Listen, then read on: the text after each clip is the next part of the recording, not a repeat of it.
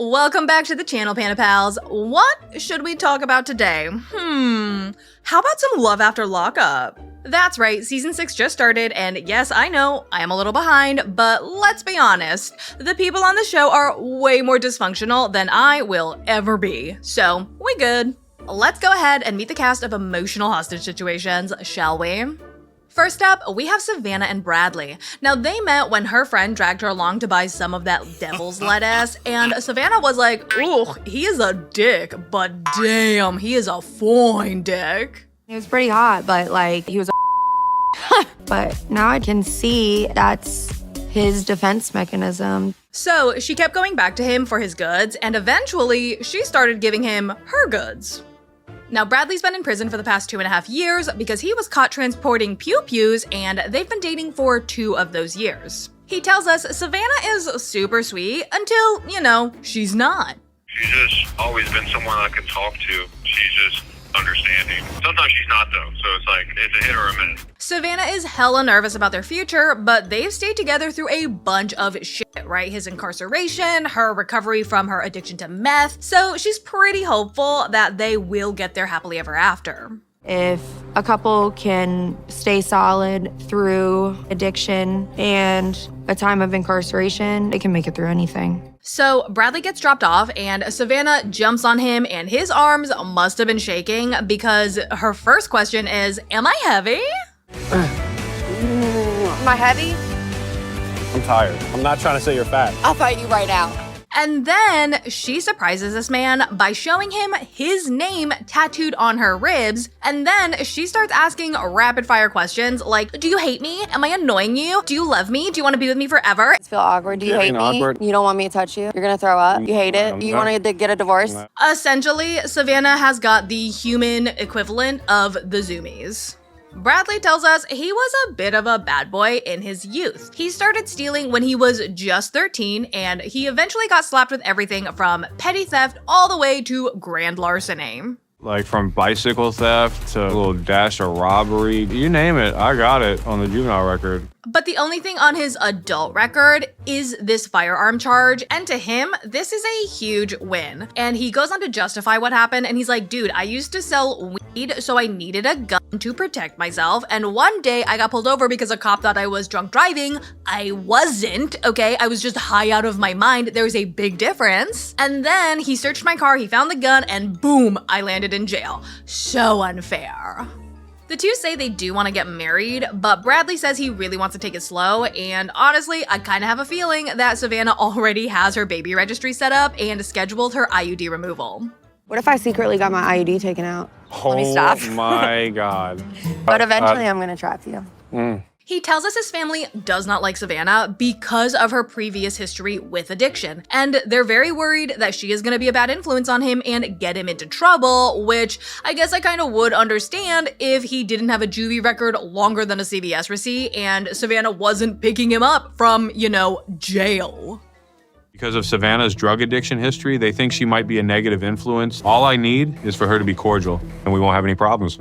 Say hello to Ashley and Julius. They met last year when Julius dialed the wrong number and Ashley picked up and she was like, wow, you sound super hot. So she ended up stalking him on Facebook and she found out that he was super hot. So they've been dating on and off for the past year. Now, I do not think it is a good sign that you have only been dating for a single year and it has been on and off and your man is in a place that he cannot leave.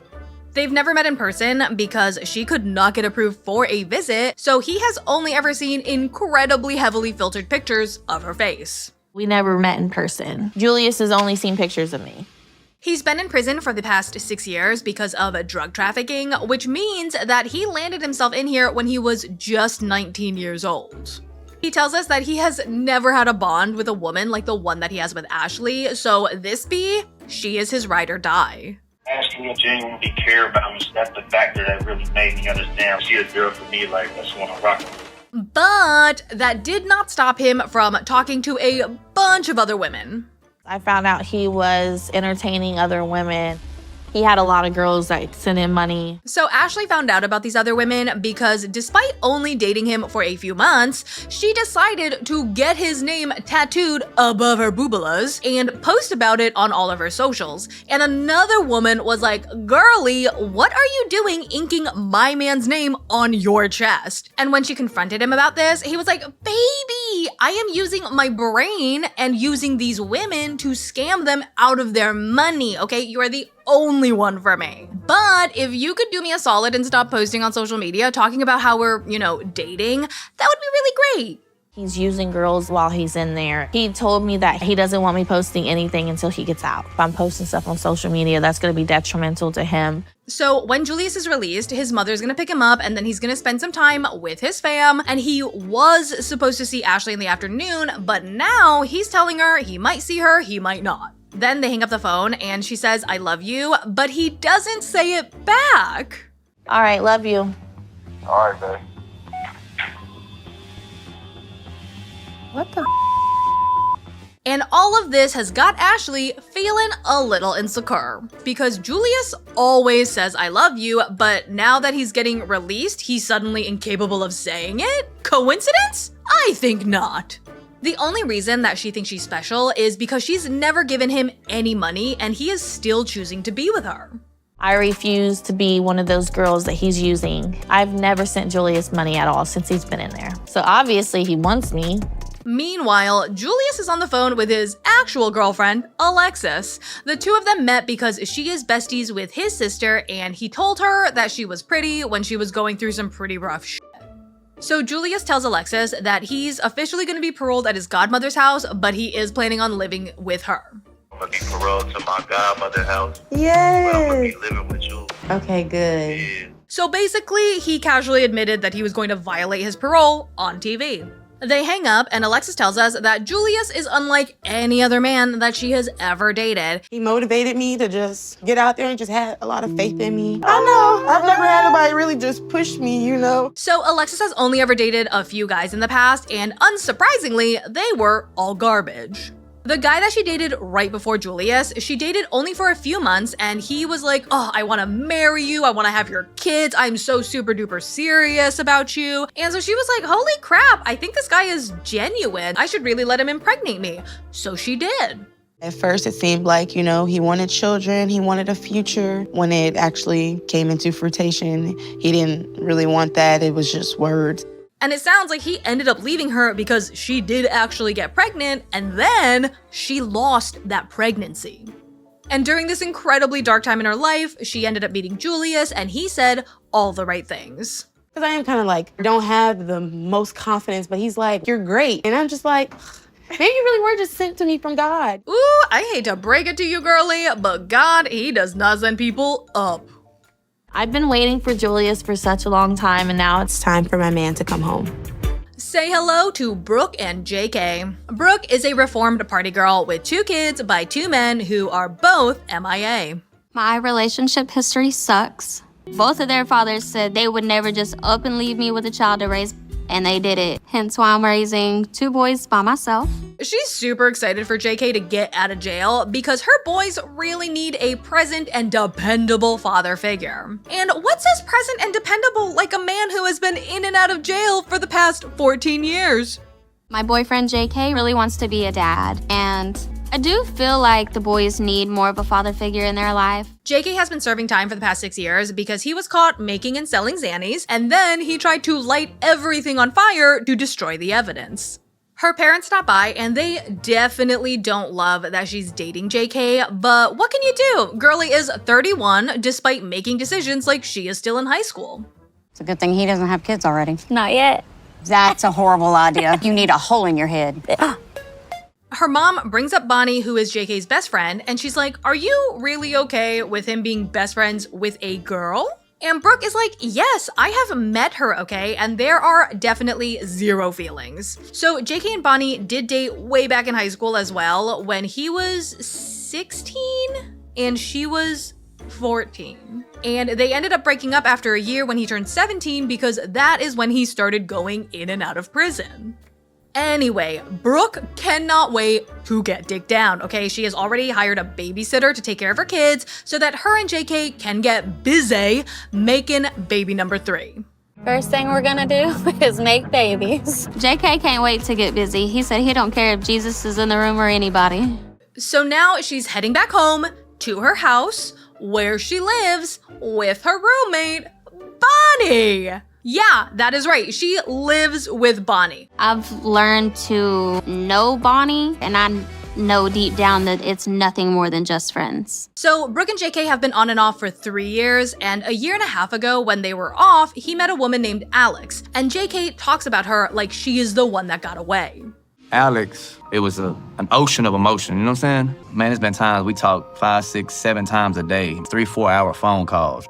And Alex would say things like, I'm gonna get off my birth control so that when you are out of prison, we can bang and I can give you a child. And my first thought, honestly, was if you are dating a man in prison, why are you on birth control? And it was obviously because she was banging other dudes.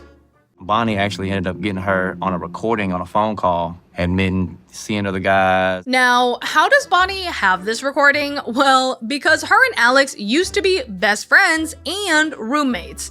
And one night, Alex was like, hey girlie, can you babysit my child so that I can leave to bang this other guy while I'm actively dating your ex-boyfriend and current best friend, JK? Yeah, this shit is messy. We only had sex 4 times. I don't like having sex with men who can't go longer than 38 seconds. First of all, if you don't like it, don't do it 3 more times. And second, maybe you only get with men who last 38 seconds because that is all you deserve. Anyway, JK broke up with Alex 3 months ago, and then he basically called Brooke immediately after, and he was like, I love you, I need you, oh baby, oh baby.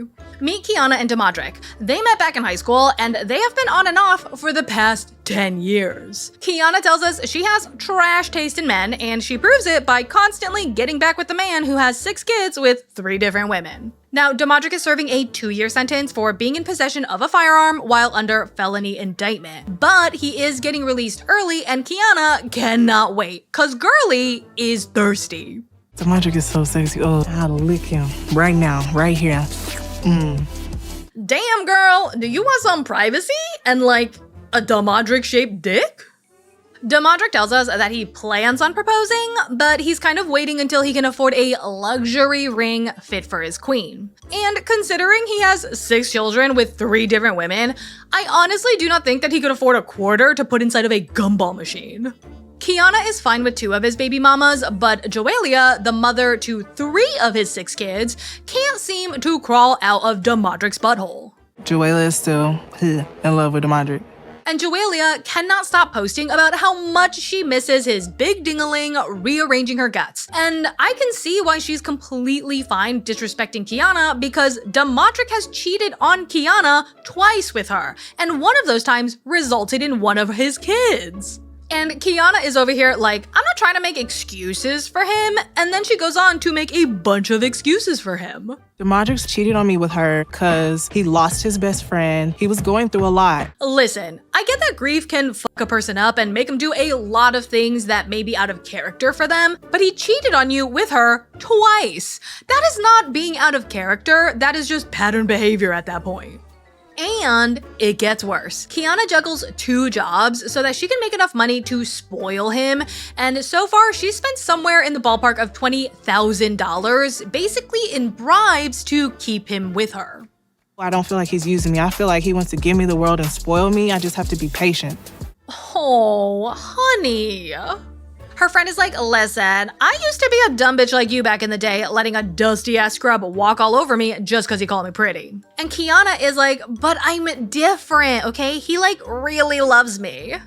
It's time for her to pick up her boo thing, and Quiana is bringing her stepdad along for the ride. This will be her stepfather's first time meeting Damodrick, and he knows all about their entire history, so he's ready to activate Papa Bear mode if shit goes south.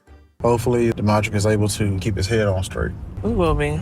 You know I'm gonna make it happen. Kindly get your head out of your ass, okay? You have been on and off with this man for 10 years. He has 6 children with 3 different women, okay? Some of them conceived because he cheated on you. You ain't making shit what happened? They arrive at the pickup, and Q is dreaming about her happily ever after, where Damodrick actually loves her, and they have a house and 6 kids of their own. She's out there with a sign, and then he's 1 minute late, then 10 minutes late, then 30 minutes late. Come on, Is is it this him? Oh. And that, my Panda Pals, is all I have for you today. I hope you enjoyed the recap. If you want me to keep going with Love After Lockup, please let me know down in the comments below, and also let me know what you think of the new couple so far. I hope to see you for the next one, and as always, thanks for not letting me ride this train wreck alone. Bye!